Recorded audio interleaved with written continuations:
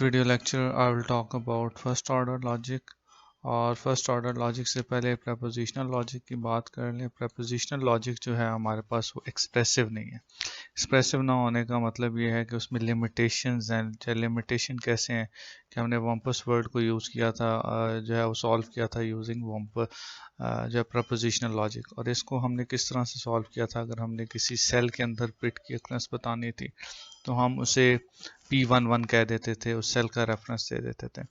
But इस तरह की स्टेटमेंट्स लाइक पिट कॉजेज ब्रीजेज लाइक जनरलाइजेशन की पावर, इसके अलावा ऑब्जेक्ट्स को रिप्रेजेंट करने की पावर, उनके रिलेशंस को बताने की पावर, तो ये सारी चीज़ें जो हैं वो आपके पास प्रपोजिशनल में नहीं थी। प्रपोजिशनल लॉजिक में जिस तरह से हम एक नॉर्मल सा सेंटेंस ले लेते हैं लाइक ऑल मैन आर मॉर्टल,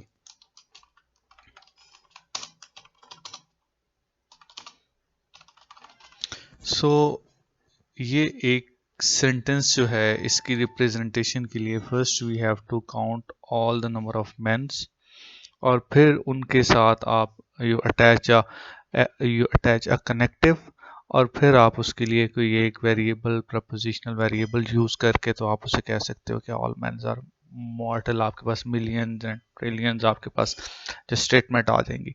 तो इस तरह की चीज़, इस तरह की lack of power, expressive power की वजह से हम जो है फर्स्ट ऑर्डर लॉजिक या प्रेडिकेट लॉजिक पे है। अब जो प्रेडिकेट लॉजिक है उसमें बेसिकली फैक्ट्स पे तो बात होती ही होती है हमारे पास, लेकिन फैक्ट्स के साथ ऑब्जेक्ट्स एंड रिलेशंस की भी बात होती है। और अगर मैं एक फर्स्ट ऑर्डर लॉजिक के एक सेंटेंस की बात करूं तो that sentence might be atomic और इट्स अ कॉम्प्लेक्स सेंटेंस। जो आपके पास एटॉमिक सेंटेंस है उसमें क्या होता है, you just highlight a predicate, कोई एट्रीब्यूट हो गया, कोई कैरेक्टरिस्टिक हो गया, आप उसे हाईलाइट करते हो, देन आप उसका एक फंक्शन क्रिएट करते हो और उसमें पैरामीटर टर्म भेजते हो, and that term can be a function of term, और इट्स अ कांस्टेंट। कांस्टेंट वो होता है जो चेंज ना होने वाला हो, जिस तरह से ज़िया यहाँ पे एक नाम है, इट्स अ कांस्टेंट, ये कभी चेंज नहीं हो सकता। लास्ट एग्जांपल दी थी man, man is a variable. कोई भी बंच ऑफ आप उसकी डोमेन उठाओ तो उसके अंदर 10 बंदे वो चेंज होते रहते हैं, तो इट्स अ वेरिएबल। तो इसी तरह से अगर ये सिंपल सी एग्जांपल है तो इसे अगर हम सॉल्व करें तो हम ये देखेंगे कि इसमें प्रेडिकेट क्या है। प्रेडिकेट इसका करेक्टरिस्टिक या इसका एट्रीब्यूट इज अ प्रोफेसर, ठीक है। तो ये अगर हम रिप्रेजेंट करेंगे तो हम लिखेंगे प्रोफेसर, एंड हम पैरामीटर में ज़िया को भेजेंगे कि ज़िया इज़ आ प्रोफेसर। तो अगर हम इसे रीड करना चाहें इस सेंटेंस को तो हम इसे कहेंगे कि ज़िया इज़ अ प्रोफेसर। और इसी तरह से जब हम बात करें कॉम्प्लेक्स जैसे सेंटेंसेस की तो उसमें क्या आ जाएगा, उसमें आपके पास कनेक्टिव्स आ जाएंगे, जिसमें नेगेशन आता है, एंड आता है, और आता है, इम्प्लाइज, बाय कंडीशनल, इस तरह की चीज़ आती है। सो ये यहाँ पे दो एग्जांपल्स हैं। अगर मैं इसे सॉल्व करूँ तो यहाँ पे लिखा हुआ है King John and Richard are sibling. तो इसका यही मतलब है कि इनका करेक्टरिस्टिक, इनका रिलेशन जो है इज अ सिबलिंग, ठीक है जी। तो सिबलिंग इज दैट प्रेडिकेट जो हमें रिक्वायर्ड था, एंड इसके एट्रीब्यूट में क्या होगा जी, किंग जॉन एंड रिचर्ड। अब यहाँ पे अगर हम बात करें तो अगर किंग जॉन रिचर्ड का सिबलिंग है तो ऑब्वियसली आपके पास रिचर्ड भी जो है वो किंग जॉन का सिबलिंग होगा। तो we can use it like implies thing, कि हम इसे जो है इम्प्लीकेशन से फिर करेंगे।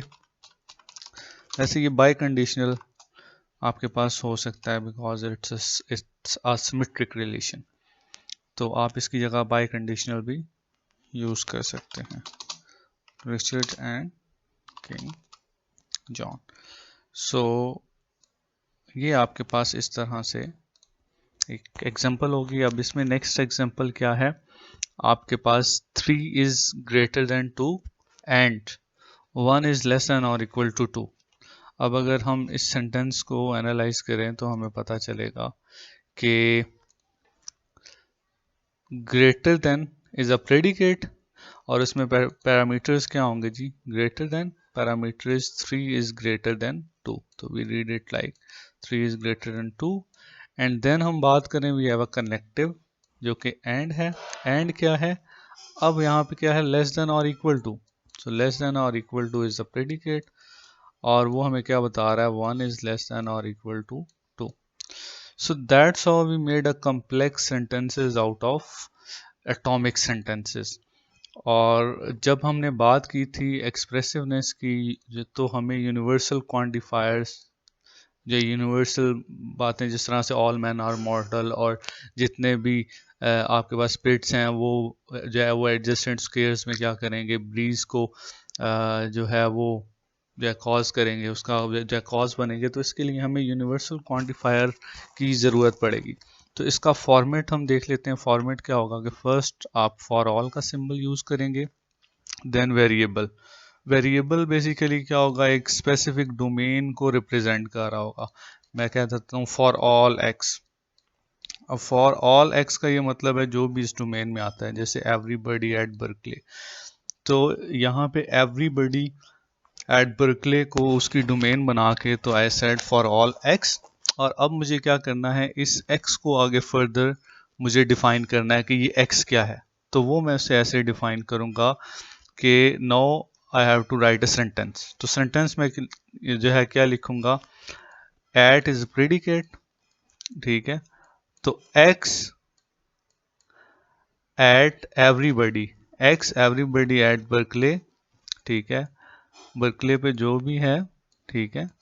इम्प्लाइज क्या होगा जी, that person that variable is smart, so you can write it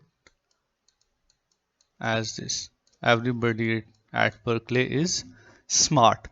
तो ये लाइन आप ऐसे रीड आउट करोगे, first you define that X, एक डोमेन को आपने ये डिफाइन किया जो भी बर्कले पे है, फिर आपने बताया कि जो भी बर्कले पे होगा, ठीक है। इट्स इम्प्लीकेशन कि आपके पास अगर ये चीज़ फर्स्ट थिंग इज ट्रू, तो लास्ट, तो इसके बाद में आने वाली चीज़ का ट्रू होना मस्ट है, तभी ये स्टेटमेंट आपके पास ट्रू हो सकती है। तो you stated at everybody at Berkeley is smart, everybody at Berkeley, अगर ये ट्रू है then that x is smart. तो ये आपके पास आ गया जी यूनिवर्सल क्वांटिफायर। अब हम बात करते हैं एग्जिस्टेंस, ठीक है, कि देयर एग्जिस्ट। अब हम यहाँ पे जो है वो क्या करते हैं, एक एग्जांपल ले लेते हैं, someone eight Stanford is smart. तो इसका फॉर्मेट ऐसे होगा जी, फर्स्ट यू राइट ई, आप एक डोमेन बताओगे कि देयर एग्जिस्ट एक्स। इसका ये मतलब है कि इस डोमेन में कोई भी एक बंदा या कोई भी एक एक्स हो सकता है। अब आप पूरी डोमेन को रिप्रेजेंट नहीं कर रहे, बल्कि आप उसके सबसेट की बात कर रहे हो, ठीक है। That subset could be a one person और मोर, लेकिन सारे के सारे नहीं हो सकते, ठीक है। एवरीबडी एट स्टैनफोर्ड, तो again we got a predicate जिसमें हम क्या बता रहे हैं, at Stanford, x at Stanford, ठीक है।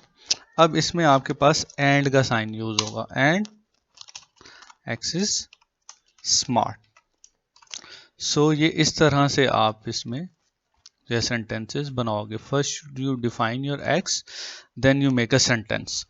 और ऊपर हमने जब सेंटेंस बनाया था तो हमने इस बात का ख्याल रखा था कि वी यूज इम्प्लाइज साइन, ठीक है। तो हमेशा ये बात हमने माइंड में रखनी है कि जब हम यूनिवर्सल क्वांटिफायर्स की बात करेंगे तो इसमें जो कनेक्टिव यूज होगा that is implies. So here it is, यहाँ पे हमारे पास क्या था जी, हमने इम्प्लाइज का साइन को यूज किया और यहाँ पे हमने एंड का साइन यूज किया। सो ये बात इज़ वेरी इंपॉर्टेंट कि आप इसे माइंड में रखें कि इन साइंस को आपने इंटरचेंज नहीं करना इन कनेक्टिव्स को। So that's all about a brief introduction first order logic. In next video we'll see some more examples on it.